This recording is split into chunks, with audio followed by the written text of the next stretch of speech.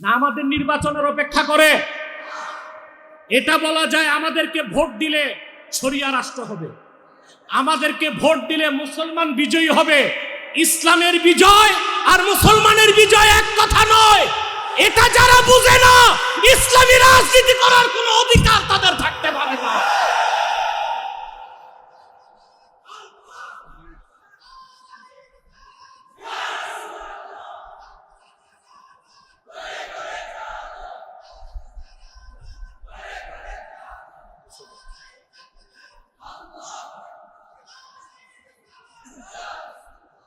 সেই থেকেই তাদের সাথে আমার দ্বন্দ্ব শুরু হলো।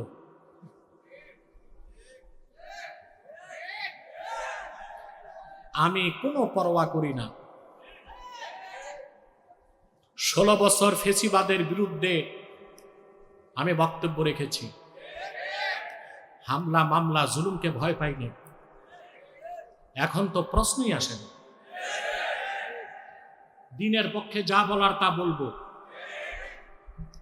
ইমামে হোসেনের উত্তরসূরিরা পারসেজ হয় না, হোসেনের উত্তরসূরিরা বিক্রি হয় না।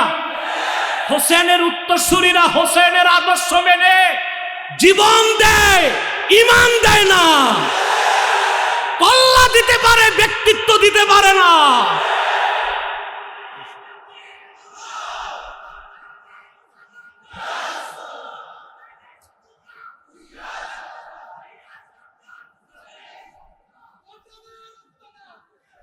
প্রিয় সুধী, আপনাদের দেশে নির্বাচন আসলে বেচা কিনা শুরু হয়। আমারও কিনার চেষ্টা হয়েছে, কম দরে না, উচ্চ মূল্যে। দর খুব বেশি ছিল, ক্যাবিনেটে জায়গা পাইতাম। আমি তা প্রত্যাখ্যান করে বলেছি, আমি গণতন্ত্র বিশ্বাস করি না, খেলাফায় বিশ্বাসী। আমি হোসেনের উত্তরসূরি, এজিদের উত্তরসূরি না। ইসলাম কি নির্বাচনে বিজয়ী হয়?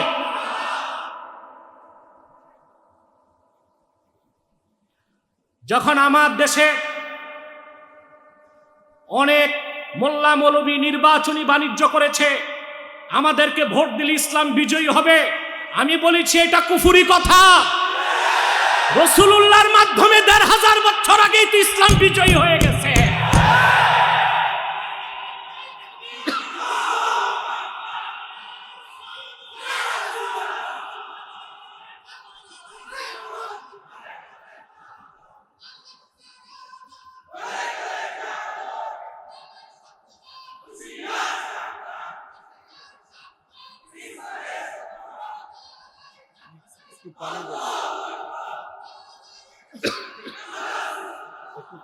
এই কথা কি আমার না আল্লাহর?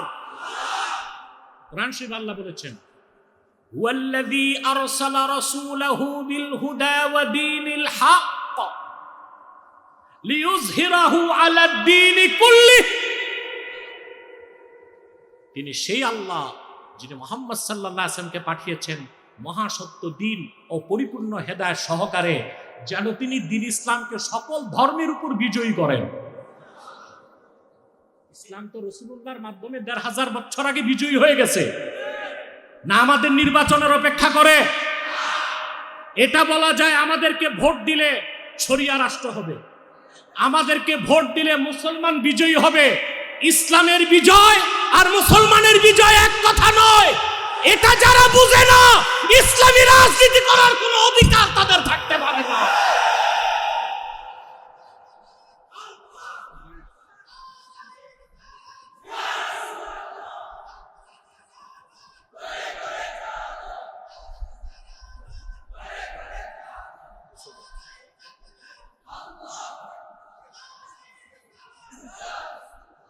সেই থেকেই তাদের সাথে আমার দ্বন্দ্ব শুরু হলো।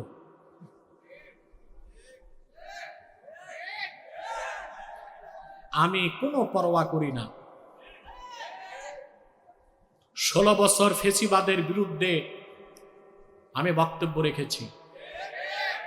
হামলা মামলা জুলুমকে ভয় পাইনি। এখন তো প্রশ্নই আসে না। দিনের পক্ষে যা বলার তা বলবো। ইমামে হোসেনের উত্তরসূরিরা পারসেজ হয় না, হোসেনের উত্তরসূরিরা বিক্রি হয় না। হোসেনের উত্তরসূরিরা হোসেনের আদর্শ মেনে জীবন দেয়, ঈমান দেয় না। কল্লা দিতে পারে, ব্যক্তিত্ব দিতে পারে না।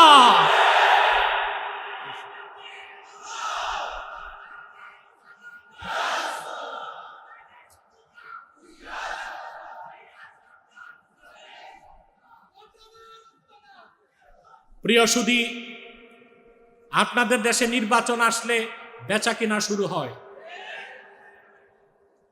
আমারও কেনার চেষ্টা হয়েছে, কম দরে না, উচ্চ মূল্যে। দর খুব বেশি ছিল, ক্যাবিনেটে জায়গা পাইতাম। আমি তা প্রত্যাখ্যান করে বলেছি, আমি গণতন্ত্র বিশ্বাস করি না, খেলাফায় বিশ্বাসী। আমি হোসেনের উত্তরসূরি, এজিদের উত্তরসূরি না।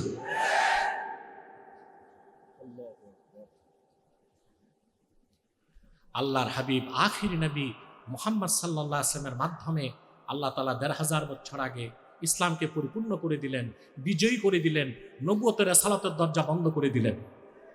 রাসূলুল্লাহ সাল্লাল্লাহু আলাইহি ওয়াসাল্লাম খেলাফতের দায়িত্ব দিয়ে গেলেন খোলাফায়ে রাশিদিনের হাতে, উম্মতের হাতে।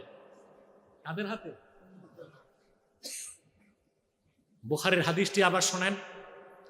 আল্লাহর হাবিব সাল্লাল্লাহু আলাইহি ওয়াসাল্লাম ইরশাদ করেছেন, কানা বানু ইসরাঈল তাসুসুহুমুল আম্বিয়া কুল্লামা হালাকা নাবিয়্যুন খালাফাহু নবী ফাইন্নাহু লা নাবিয়্যা বা'দি।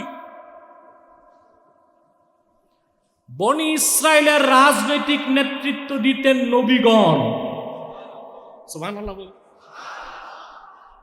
রাজনীতি মানি খারাপ, রাজনীতি মানি পচা, রাজনীতি মানি লুটপাট, রাজনীতি মানি ধান্দাবাজি না? নবীগণও রাজনীতি করছেন। এদিকে আমার কথা না বুখারী শরীফের হাদিস? ভিন্ন শব্দে হাদিসটি মুসলিমও আছে, হাদিসটি শব্দ ভিন্ন। সুবহানাল্লাহ। বনি ইসরাইলের রাজনৈতিক নেতৃত্ব দিতেন নবীগণ। কুল্লামা হালাকা নাবিয়্যুন খালাফাহু নবী। একজন নবী চলে গেলে আরেকজন নবী তার দায়িত্বে আসতেন। ফাইন্নাহু লা নাবিয়্যা বা'দি। কিন্তু আমি মুহাম্মদ সাল্লাল্লাহু আলাইহি ওয়াসাল্লাম আল্লাহ সর্বশ্রেষ্ঠ সর্বশেষ নবী ও রাসূল। আমার পরে কিয়ামত পর্যন্ত কোনো নবী নাই, রাসূল নাই। ফাসায়াকুনু খুলাফাউ ফায়াকসুরুন। তবে আমার উম্মতে প্রচুর খলিফা হবে এবং তাদের সংখ্যা অনেক হবে। প্রথম খলিফা হলেন সিদ্দিক আকবর। বলেন সুবহানাল্লাহ, জোরে বলেন সুবহানাল্লাহ। আমার নূর নবীজি মুহাম্মদ সাল্লাল্লাহু আলাইহি সাল্লাম যখন দুনিয়া থেকে বিদায় নিয়ে রফিকে আলা আল্লাহর কাছে চলে গেলেন, খলিফা কে হবে? আনসার মুহাজির তাদের মধ্যে কথা চলতেছে। আনসারদের পক্ষ থেকে প্রস্তাব আসলো, মিন্না আমিরু ওয়া মিনকুম আমির। আমাদের আনসারদের থেকে একজন খলিফা হবে, আপনাদের মুহাজির থেকে একজন খলিফা হবে। সিদ্দিক আকবর তখন বললেন, শোনো, রাসূলুল্লাহ সাল্লাল্লাহু আলাইহি ওয়াসাল্লাম বলেছেন আল আইম্মাতু মিন কুরাইশ। নেতা হবে কুরাইশ থেকে। সর্বপ্রথম হযরত ওমর আবু বকর সিদ্দিকের সামনে তরবারি গেথে সিদ্দিক আকবরের হাতে হাত রেখে বায়াত নিলেন। সমস্ত দ্বন্দ্ব তিরোহিত হয়ে গেল। মুহাজির এবং আনসার এক বাক্যে সবাই হযরত আবু বকর সিদ্দিকের হাতে খেলাফতের বায়াত নিয়ে নিলেন। আপনাদের মধ্যে দানেশমন্দ যারা, দূরদর্শী, তারা বুঝতে পেরেছেন আলোচনা শুরু কই শেষ কই।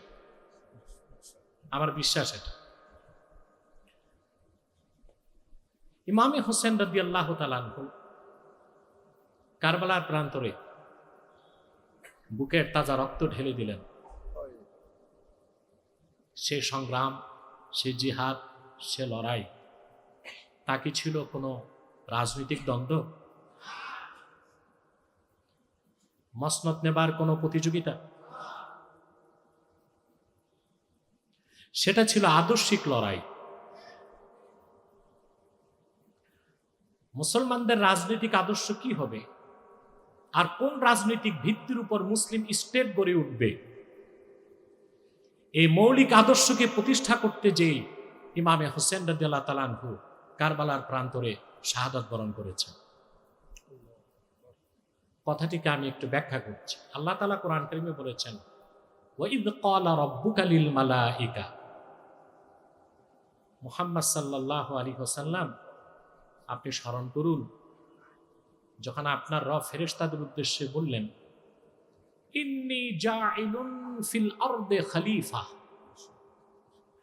এই ভূপৃষ্ঠে এই জমিনে আমি আমার খলিফা বানাতে চাই। এখানে জায়েল খালেকের অর্থে আসবে।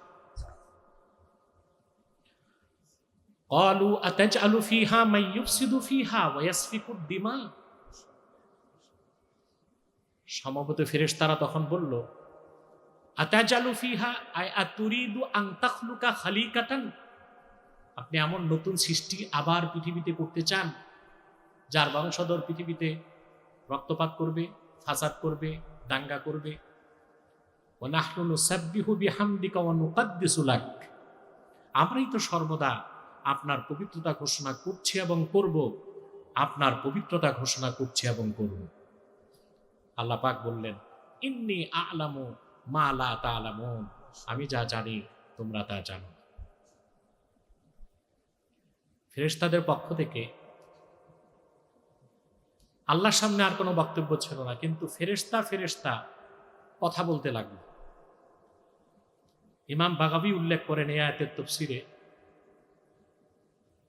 এক ফেরেশতা আরেক ফেরেশতাকে বলল, লা ইয়াখলুকা রাব্বুনা খালকান আকরামা ইলাইহি মিন্না, আমাদের রব কখনোই আমাদের চেয়ে দামি, রেসপেক্টেড, সম্মানিত কোনো সৃষ্টি বানাবেন না। আল্লাহ যাকে বানাবেন তার চেয়ে আমরা শ্রেষ্ঠ থাকব। যুক্তি দিল, লিআন্নানা খুলিকনা ক্বাবলাহু ওয়া রাআইনা মা লাম ইয়ারা, কোন আল্লাহ তো আদমকে এখনো বানান নাই, আর আমাদেরকে কত আগে তৈরি করেছেন, আমরা যা দেখেছি সে তা দেখে নাই। দেখার ভিত্তিতে আমাদের ইলম হবে বেশি, তার ইলম থাকবে কম। যার ইলম বেশি তার দাম, বলেন, যার বয়স বেশি তার মর্যাদা বেশি, না যার ইলম বেশি তার মর্যাদা বেশি? ফাঁকে একটা কথা বলে নি,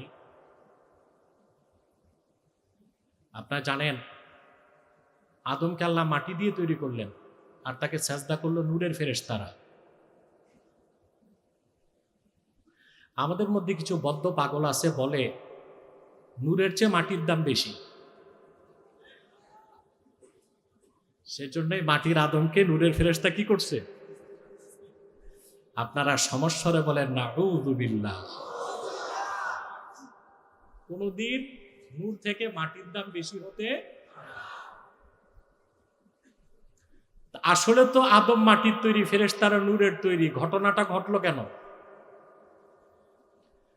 তার প্রথম জবাব, আদম ছিল কেবলা, আদমের কপালে ছিল নূরে মুহাম্মাদি।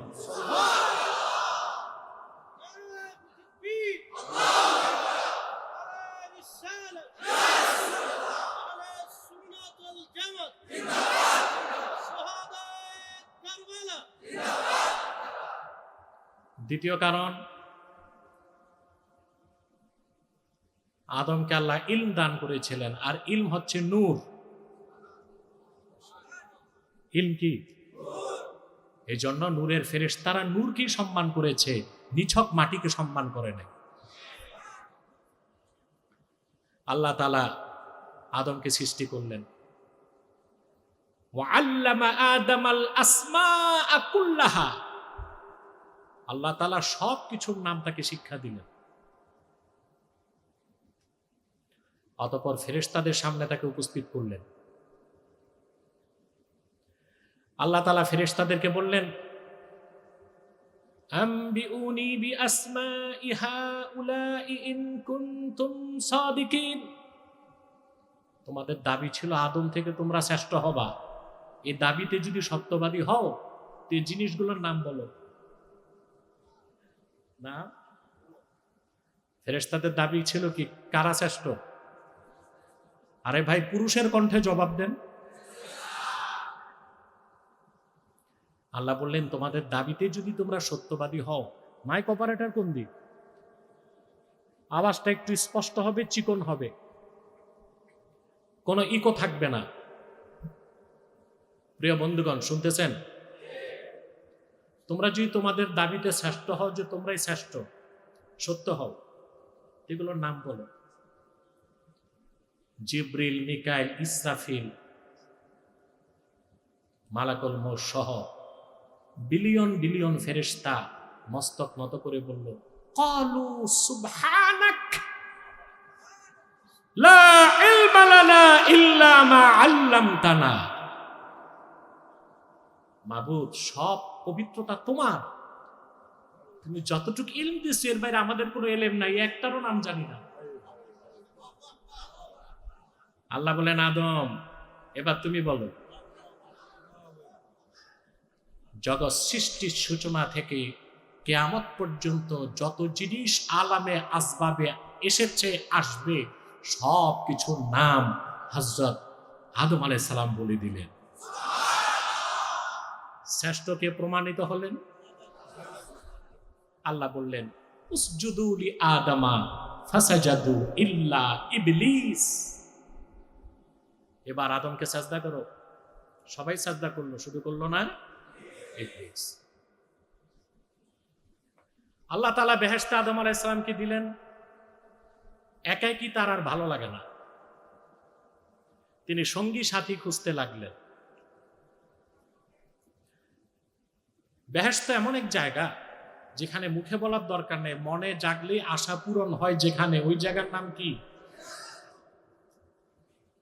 ইবনে কাসির লেখেন, ফাআলকাল্লাহু আলাইহিন নাওম। হযরত আদমকে আল্লাহ ঘুম পাড়ায় দিলেন। আল্লাহ অপারেশন করে তার একটা অংশ নিয়ে তার স্ত্রী হাওয়াকে তৈরি করে দিলেন। প্রথম ছিলেন কয়জন? এখন হলেন। এরপর আল্লাহ তাআলা বললেন, وَقُلْنَا يَا آدَمُ اسْكُنْ أَنْتَ وَزَوْجُكَ الْجَنَّةَ وَكُلَا مِنْهَا رَغَدًا। আদম, তুমিও তোমার স্ত্রী পরমানন্দে বেহেশতে বসবাস করো। وَكُلَا مِنْهَا رَغَدًا أي واسعة। বেহেশতে যা খেতে মন চায় প্রাচুর্যের সাথে খাও। ওয়ালা তাকরাবা হাযিহি শাজারা, এই একটি বৃক্ষের কাছেও যেও না। আদম আর হাওয়াকে বেহেশতে আল্লাহ একটা আদেশ করলেন, একটা নিষেধ করলেন। এই আদেশ মানা, নিষেধ ছাড়া এর নামই ইবাদত। এর নাম কি? জোরে বলেন। আমার একটা অভ্যাস, দার্সে ছাত্রদের থেকে বারবার প্রশ্ন করি, শ্রোতাদের কাছ থেকে বারবার প্রশ্ন করি, শ্রোতাদের সাথে যেন আমার কমিউনিকেশন গ্যাপিং না হয়। কষ্ট হয় আপনাদের? আদেশ মানা, নিষেধ ছাড়া, তার নাম কি? ইবাদত শুরু হলো কই? কিন্তু আদমকে আল্লাহ বানাইছেন শুধু ইবাদতের জন্য না খলিফা হিসেবে? খেলাফত কই আসবে? একটু ধৈর্য ধরতে হবে। স্বামী স্ত্রী পরমানন্দে বেহেশতে বসবাস করতে লাগলেন, আদেশ পুরা মানছেন, শয়তানের প্ররোচনায় নিষেধটা ছাড়তে পারেন নাই। আল্লাহ বলছেন, এই নিষিদ্ধ বৃক্ষের কাছেও যাবা না। আদম আলাইহিস সালামের দোষ নাই, দোষটা শয়তানের। আর কিছু দোষ ছিল তার স্ত্রীর, ঠিক কিনা? গন্ধম খাইছেন, বুঝতেছেন? কখনো আমরা আদম আলাইহিস সালাম নবী ছিলেন, রাসূল ছিলেন, পাপ করছেন, গুনাহ করছেন, এটা বলার ক্ষমতা আমাদের নাই। আছে? আমাদের দেশে অনেক পথভ্রষ্ট আছে, ইসমতে আম্বিয়াকে বিশ্বাস করে না। নবীগণ নিষ্পাপ এটা বিশ্বাস করে না।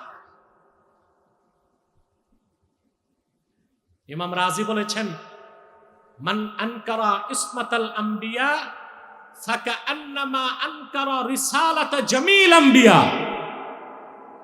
নবীগণ নিষ্পাপ এই কথা যে বিশ্বাস করলো না, সেজন্য 1 লক্ষের উপর নবীর রাসালতকে অস্বীকার করল। সেজন্য নবীগণ নিষ্পাপ এই কথা যারা বিশ্বাস করে না, তাদেরকে আমরা পথভ্রষ্ট গোমরাহ মনে করে থাকি।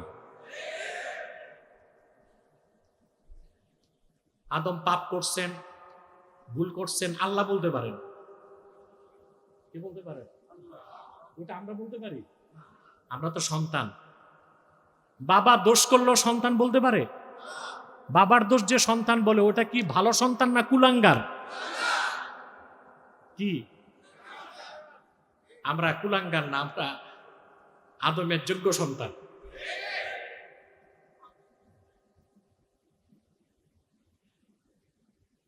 আল্লাহ তাআলা বেহেশত থেকে দুজনকে বের করে দিলেন, আদমকেও হাওয়াকে। আসলেন পৃথিবীতে, শত শত বছর তওবা করলেন, তওবা কবুল হয় না। হঠাৎ মনে পড়ছে আল্লাহর হাবিবের কথা। মুআজাম তাবারানী, মুস্তাদরাক আলা সাহিহাইন সহ মাওয়াহিবুল্লাহ দুনিয়া, শারহে মাওয়াহিব, 5টা বিশুদ্ধ সনদে হাদিস বর্ণিত হয়েছে। আমরা মওজুটাকে বাদ দিব, সহিটাকে তো মানতে হবে। আদম আলাইহিস সালাম আল্লাহকে বলেছেন, আল্লাহ মুহাম্মদ সাল্লাল্লাহু আলাইহি ওয়াসাল্লামের ওসিলায় আমাকে মাফ করো।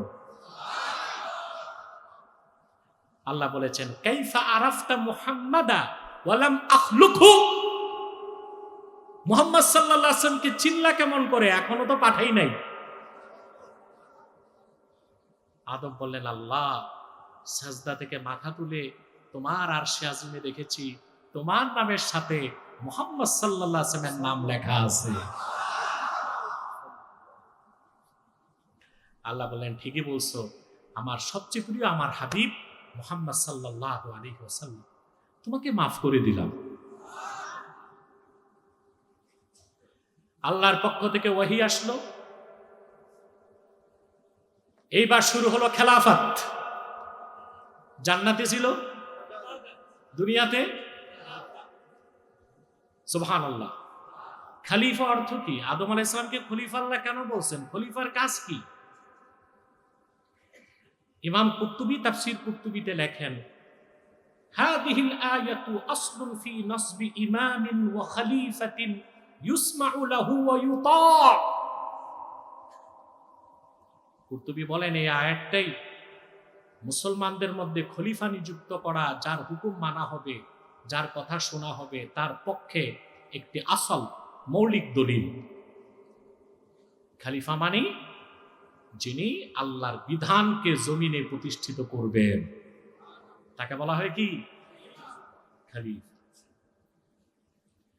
কুরতুবী আরো লেখেন, ইন্নামা সাম্মাহুল্লাহু খলিফাতান লিআন্নাহু ইয়াখলুফুল্লাহ ফিল হুকমি বাইনা খালকিহি।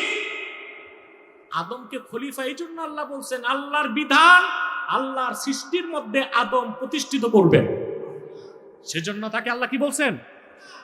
আপনারা তো খলিফা বুঝেন না, দর্জিরে বলেন খলিফা। দর্জি কি খলিফা না টেইলার?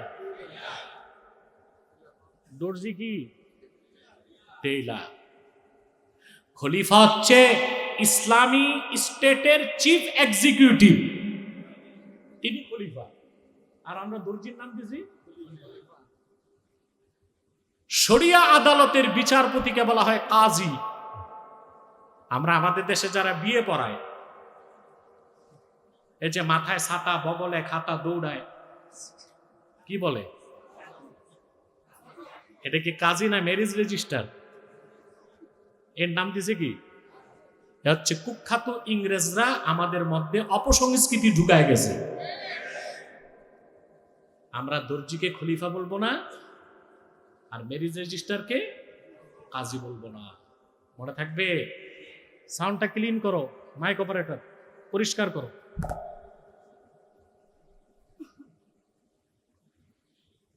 ইমাম বাগাবী সূরা বাকারা 30 নম্বর আয়াতের ব্যাখ্যায় লিখেন, ওয়াসসাহিকামিহি ওয়া তানফিজি ওয়াসায়াহু, আদমকে আল্লাহ খলিফা বলছেন এই জন্য তিনি পৃথিবীতে আল্লাহর বিধানকে প্রতিষ্ঠিত করবেন, আল্লাহর ওসিয়তকে প্রতিষ্ঠা করবেন, উপদেশকে। জান্নাতে শুরু হলো আদেশ মানা নিষেধ ছাড়া, তার নাম আদেশ মানানো নিষেধ ছাড়ানো, তার নাম খেলাফা। আবার বলছি, আদেশ মানানো নিষেধ ছাড়ানো, তার নাম কি?